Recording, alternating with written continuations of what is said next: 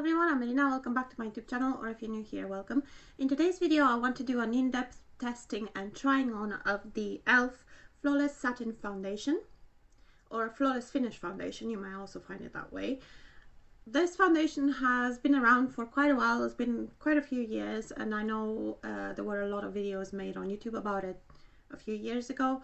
However, it's quite new to me and I wanted to try it, and just in case your skin is like mine and maybe you're around my age and you're thinking, I want an affordable foundation, which one should I go for? I'm hoping that this video is for you and it will be useful for you. I have first tested this foundation in full face of e.l.f. Video that I will link up there and then down below in the description box if you want to watch that and see what I thought of the foundation on first impressions and everything like that. But for this, I thought I would apply it with different tools, try different primers underneath or no primer underneath, and just see how it performs and just what I think of it. For reference, I have combination skin and I'm 40 years old. I do have wrinkles like everyone else. I have a few wrinkles on my forehead, a few under my eyes. Not that that matters so much for foundation, that's more of a concealer thing. My pores are most visible on this area of the cheek, and then sometimes I do get redness, sometimes I do get a few blemishes here and there. So yeah, these are my skin concerns, so to speak. And I don't know if I mentioned, I have combination skin, I have oily T-zone and normal skin everywhere else. So I have tested this over a few days. I will move on to actually testing the foundation and then I'll give you my thoughts at the end. Okay, so I'm going to start by applying this with a brush without primer like last time, just so you can see hopefully a bit better in this light how it would look. And then I want to take it off and apply some primer underneath today. So as usual for foundation, I'm taking this Real Techniques brush, which is the Expat face brush or the 200 brush.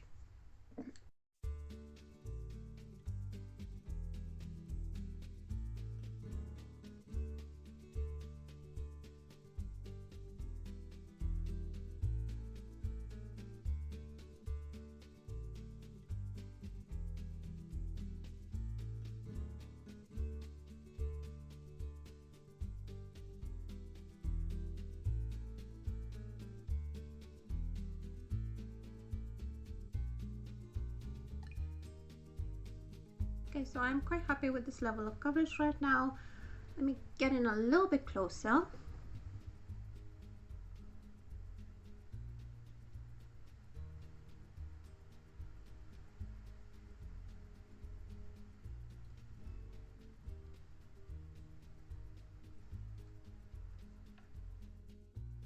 Okay, so I'm going to use the MAC Strobe Cream.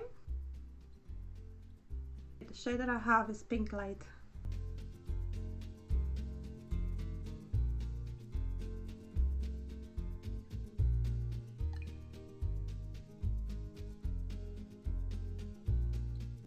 I'm loving the glow this one gives the skin. Okay, now I'm going to apply the foundation. I'm going to use a sponge for this.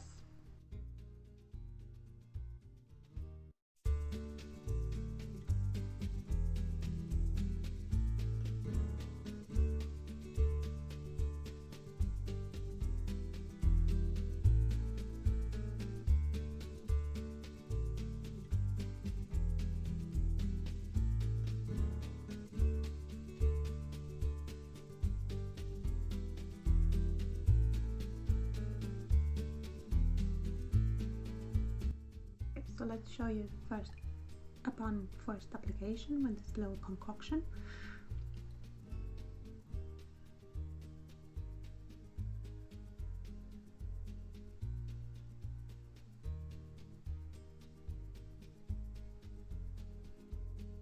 So there is the foundation with the rest of the makeup on. I have a bit of concealer, under eye powder and cream blush.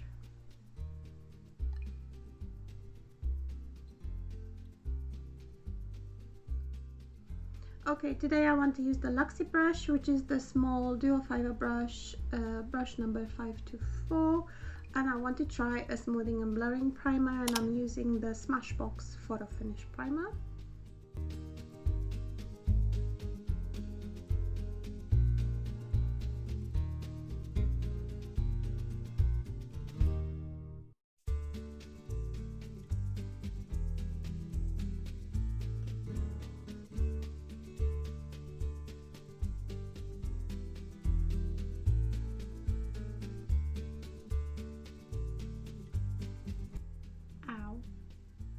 stab myself in the eye with a brush. Does anyone else do that?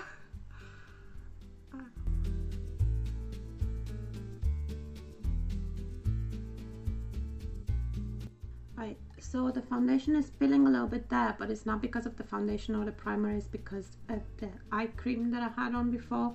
It's one of those that plumps the area, but if you put a little bit too much, when you put makeup on it starts spilling, so it's just that. Just need to keep working it a little bit. And this is how everything looks now that it's just been applied.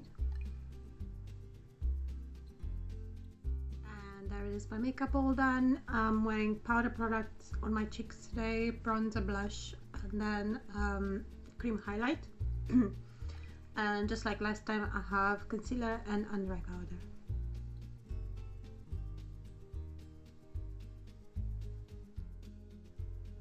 Okay, so today I want to try the foundation just with a sponge. To be fair, I don't have like the best sponge. This one does absorb quite a bit of product, but it will be interesting to see how... I can't just start talking every time I start talking. So anyway, it would be interesting to see how it will work today without any primer, and how the foundation will cover imperfections. And it's a good day to test that today because I do have quite a bit of redness showing. Probably doesn't show on camera as much, but in real life I can see a little bit of redness, and I got a bit of blemishes coming through, so yeah, that would be quite interesting to see.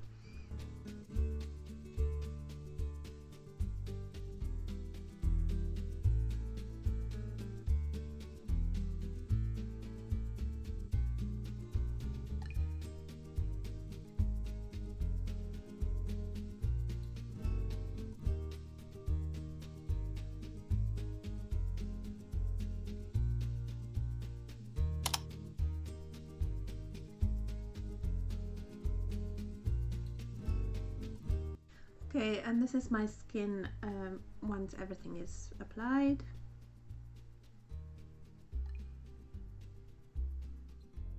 And this is after all my makeup is done. This time I have put powder all over, and I have like cream blush and cream, just a little bit of cream bronzer.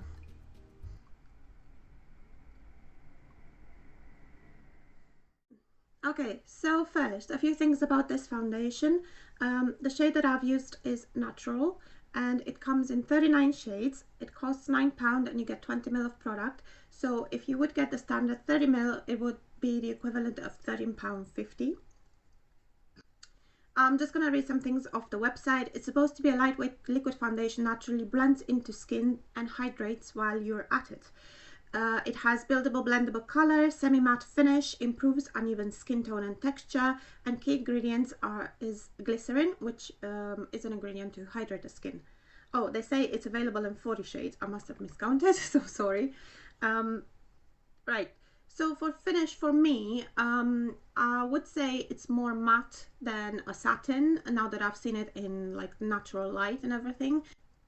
Obviously, it depends on what you put under it as well. When it comes to blending, I found it very easy to blend with every single tool that I've used. When it comes to it being buildable, I did find it buildable. I think it's got a medium coverage and you can build it to full. I found that even with the sponge, which my sponge, like I said, absorbs quite a bit of product. It's not the best sponge in the world. It does the job. I mean, it does the job. But it's one of those sponges that does absorb quite a bit of product, and even with that, it was buildable enough so it would cover my redness that I was complaining about. It does feel quite lightweight on the skin. I found that it sets by itself, and I don't feel the need for powder. I did powder on my third try just to see how it would look with powder on top, and it does look alright with powder on top, at least in my opinion. When it comes to the combination I've used, I prefer using it with a glowy primer underneath. I think it gives it a beautiful glowy look. Doesn't make it too dewy. It kind of like just enough to give the skin a little bit of shine. And I just found that it made my skin look a little bit more youthful. But overall, I would say this is a very versatile foundation because it worked well without primer, with mattifying primer, the smoothing primer, and it worked well, extremely well in my opinion, with the glowy primer underneath. On my skin, without primer, it does sink in into these lines, and then on my forehead lines a little bit more than with primer, which is to be expected. I've also found it lasting very well throughout the day. By the time I take my makeup off, it's still there. Usually my foundation rubs off from my chin and my nose.